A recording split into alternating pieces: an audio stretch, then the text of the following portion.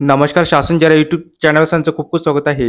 तर आताच्या घडीची सर्वात मोठी ब्रेकिंग न्यूज म्हणजे राज्य सरकारी कर्मचाऱ्यांसाठी आताची मोठी खुशखबर ती म्हणजे राज्य सरकारी कर्मचारी महागाई भत्त्यात 4% ची वाढ. त्या संदर्भात व्हिडिओच्या माध्यमातून संपूर्ण अपडेट सविस्तरपणे पाहण्याला चला सुरू करूया.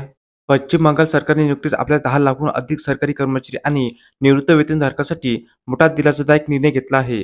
सरकारने महागाई भत्त्यात 4% ची वाढ जाहीर केली आहे. त्यामुळे आता डीए 14% वरून 18% पर्यंत वाढला आहे.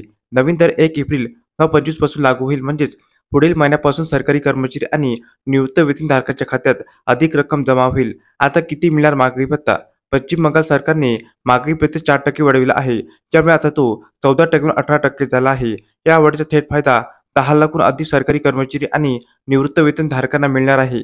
अंदाजपत्रकात झाला होता घोषणा. पश्चिम बंगालचे अर्थमंत्री चंद्रिमा भट्टाचार्य यांनी यंदाच्या अर्थसंकल्पात महागाई भत्त्यात वाढ करण्याची घोषणा केली होती. अंदाजपत्रकात राज्य सरकारने 3.89 लाख कोटी रुपयाची तरतूद केली होती. त्यात कर्मचाऱ्यांसाठी डीए वाढवण्याचा निर्णय देखील समाविष्ट होता. उल्लेखनीय म्हणजे 2026 मध्ये पश्चिम बंगालमध्ये विधानसभा निवडणुका होणार आहे.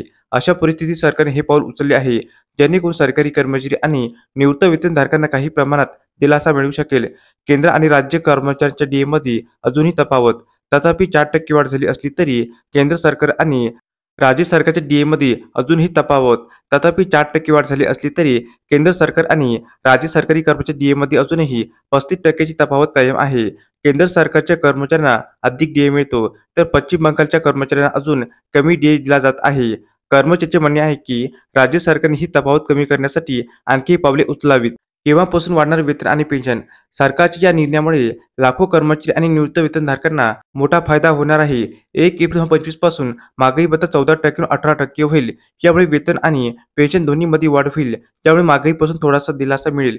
तर अशाप्रकारे सरकारी कर्मचारी महागाई भत्ता संदर्भात अतिशय महत्त्वाची अपडेट या व्हिडिओच्या माध्यमातून आपण पाहिली आहे. तर हा व्हिडिओ आपल्यास आवडला असेल तर चॅनलला नक्की सबस्क्राईब करा, लाईक करा, कमेंट करा आणि अशाच नवीन अपडेट्ससाठी शासन या यूट्यूब चॅनलला सबस्क्राईब करायला अजिबात विसरू नका. धन्यवाद.